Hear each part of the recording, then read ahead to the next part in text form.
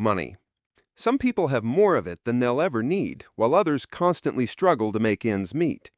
Some handle money like seasoned professionals, while others spend their whole lives chasing something that always feels out of reach.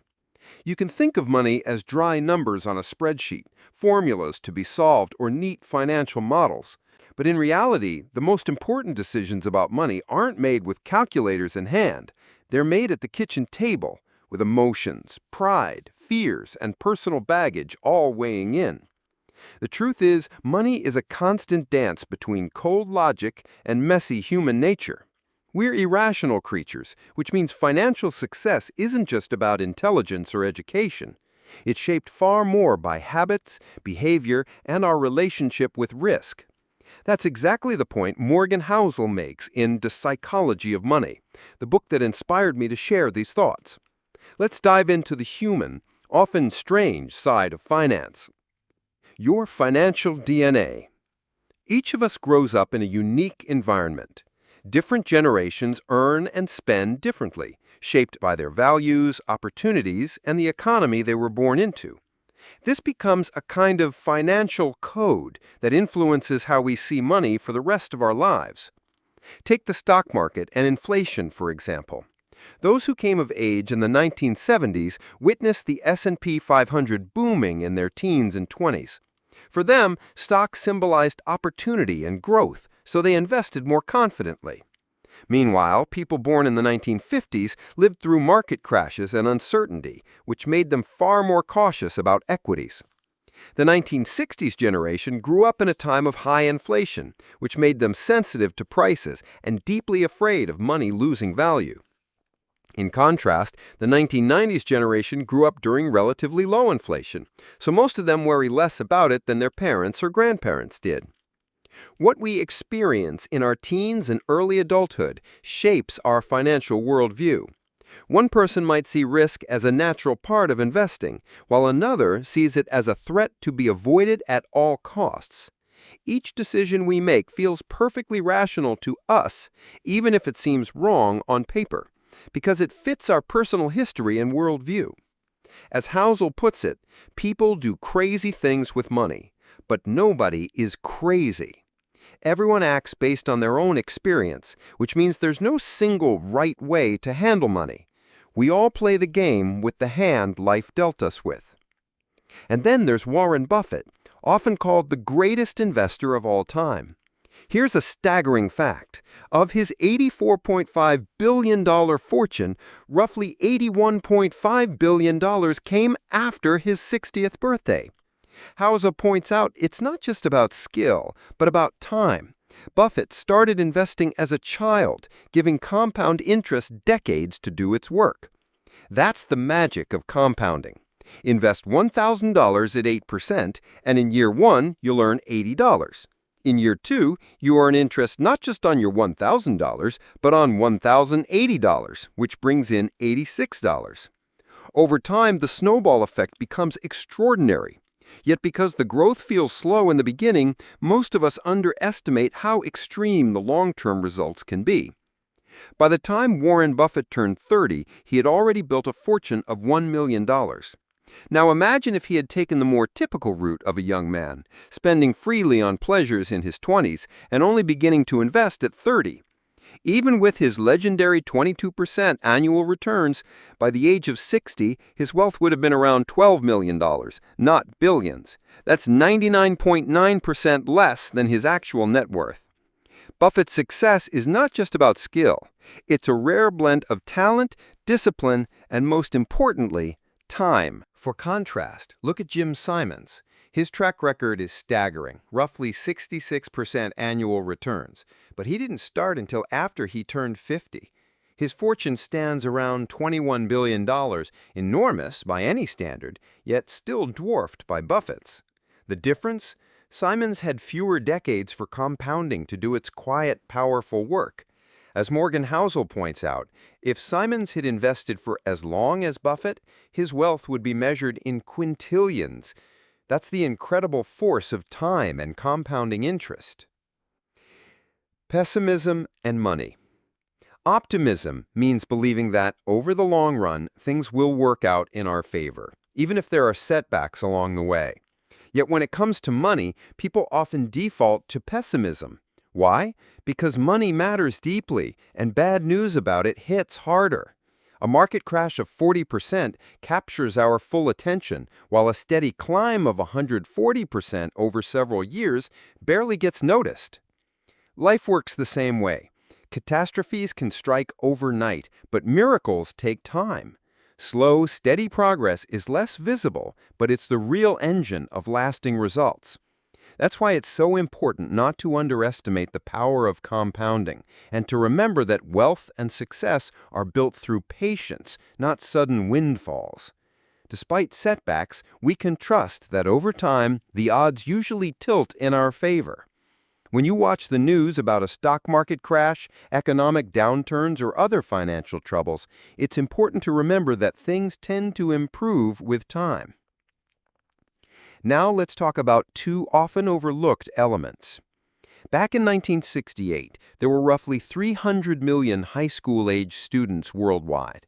Out of those 300 million, just 300 happened to attend a small private school in Seattle called Lakeside.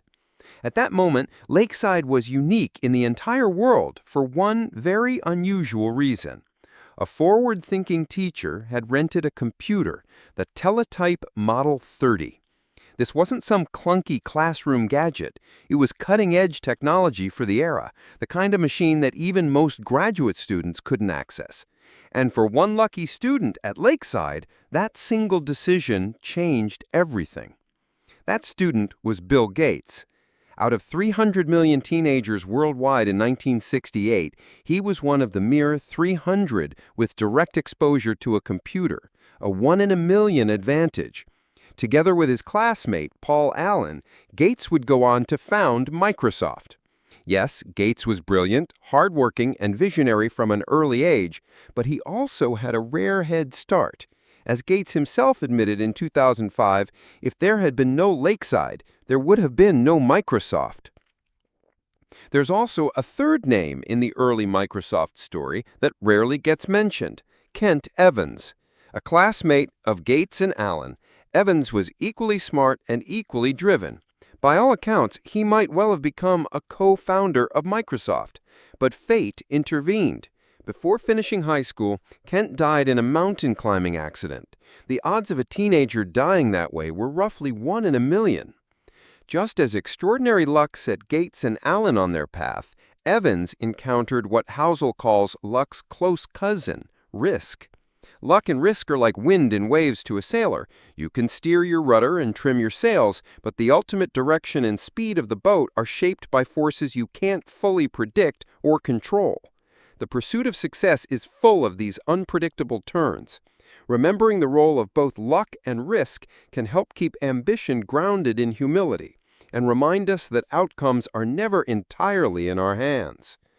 Understanding that success is a complex mix of factors, including talent and luck, can help us approach our own financial decisions with a little more humility and perspective. The key to happiness. Most people want more money because they believe it will make them happier. Yet, as Morgan Housel puts it, the key to happiness is the ability to do what you want, when you want, with whom you want, for as long as you want. The irony is that in chasing wealth, many end up working harder than ever while losing control of their own time, even though they're richer than any previous generation. Research consistently shows that control over your life is the strongest predictor of well-being, more reliable than salary, house size, or job prestige. Ultimately, the highest dividend money can pay is control over your time. Chasing money without accounting for time is like pouring water into a leaky bucket. No matter how much you add, it keeps draining away. The same is true of wealth. It won't bring lasting happiness if you don't control your time and enjoy the fruits of your effort. Tail events. Take Heinz Berguen, who fled Nazi Germany and settled in America, later becoming one of the most successful art dealers of all time. He amassed an extraordinary collection that included works by Picasso, Klee, and Matisse. In 2000, he sold part of it for over 100 million euros. So what was his secret? Was it skill or luck? Research from Horizon suggests that major investors often buy huge numbers of artworks and simply hold them for decades. Most of the pieces never amount to much, but every now and then a few explode in value. Success doesn't come from being right all the time. It comes from having a diversified portfolio and patiently waiting for the rare, big wins. For someone like Berguen, perhaps 99% of his purchases ended up being mediocre. But the remaining 1%, they were masterpieces. He could be wrong most of the time, and it didn't really matter, because that remaining 1% included works by someone like Picasso. These rare outcomes are what we call long tails, the small number of events that end up explaining the majority of results. For Berguen, it was the long tails in his art collection that ultimately made him wealthy. Berguen's story teaches us a valuable lesson about investing. The principle of the long tail applies across countless areas of business and finance. Venture capital is the most obvious example. Most startups in a VC portfolio will fail, losing money for the fund. But all it takes is a handful of outliers that return 20x or more to more than make up for those losses. Take Amazon as an example. In 2018, it alone accounted for 6% of the total return of the S&P 500, even though it's just one company in the index. And if you zoom in on Amazon itself, much of its growth can be traced back to two long-tail bets, Amazon Prime and Amazon Web Services. These two products alone have more than compensated for Amazon's less successful experiments, things like the Fire Phone or its attempts at travel services. After the Fire Phone flopped, Jeff Bezos didn't apologize to shareholders.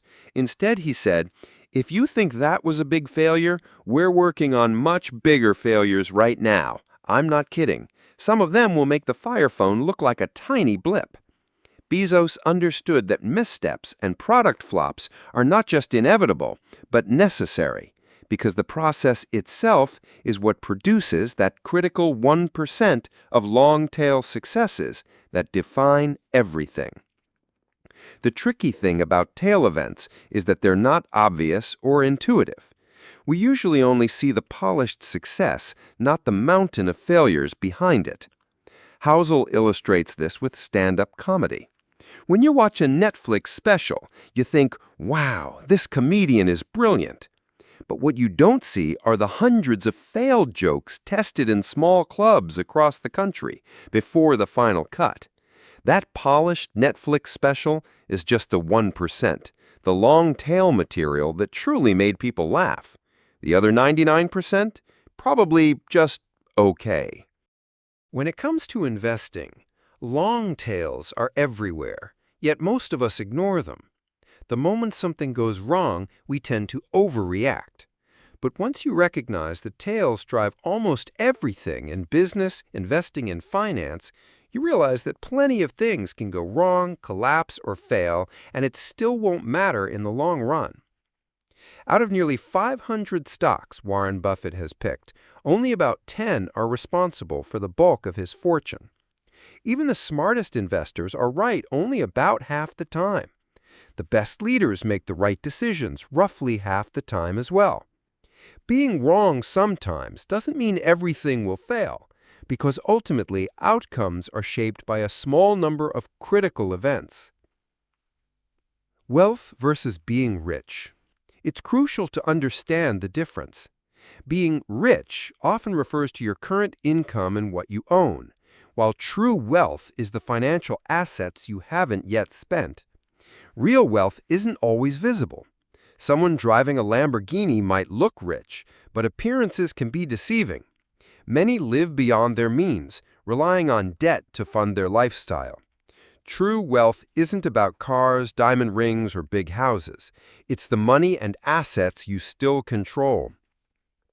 Building real wealth requires self-discipline and restraint.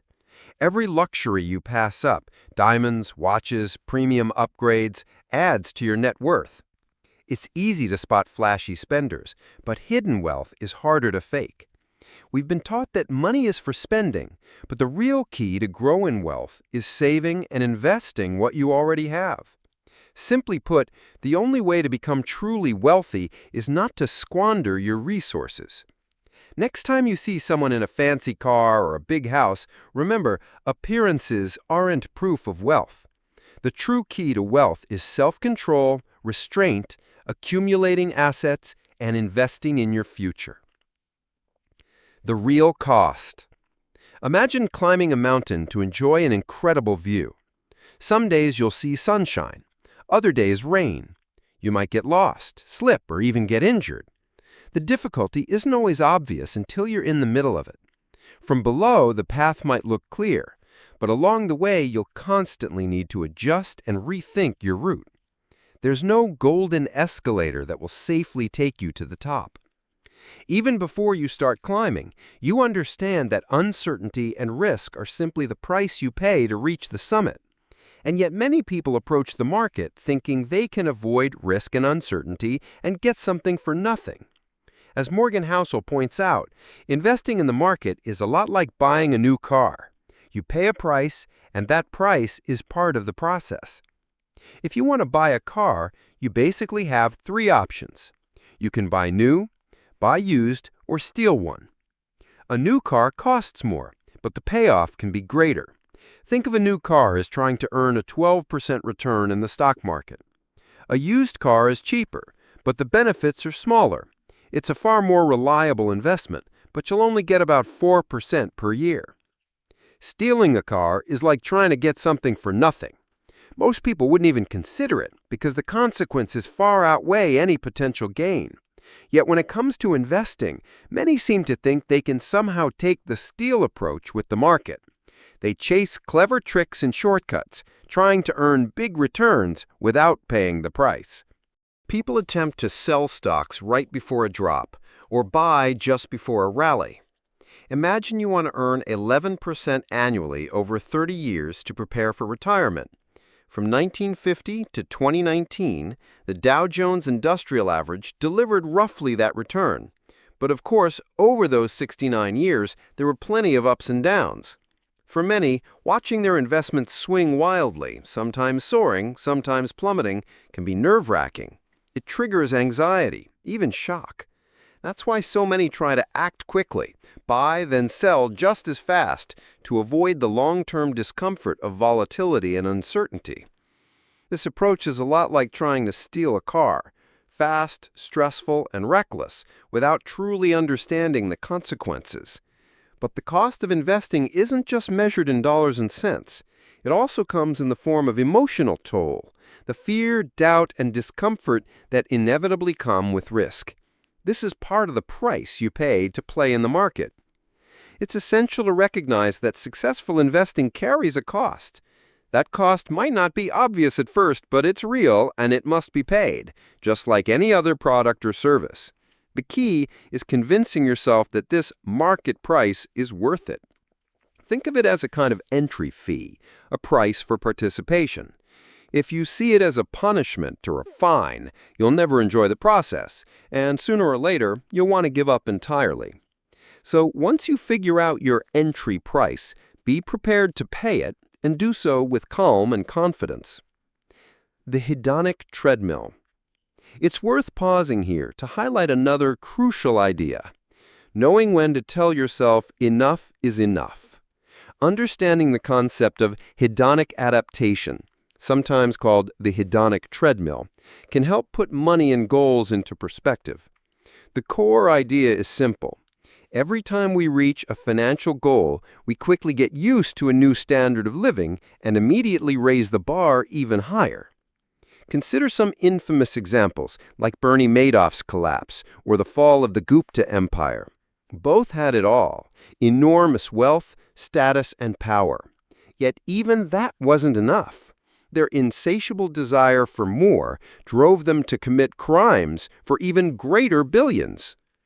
The problem is that if you're constantly chasing ever higher peaks without pausing to appreciate what you've already achieved, life becomes like climbing an endless staircase.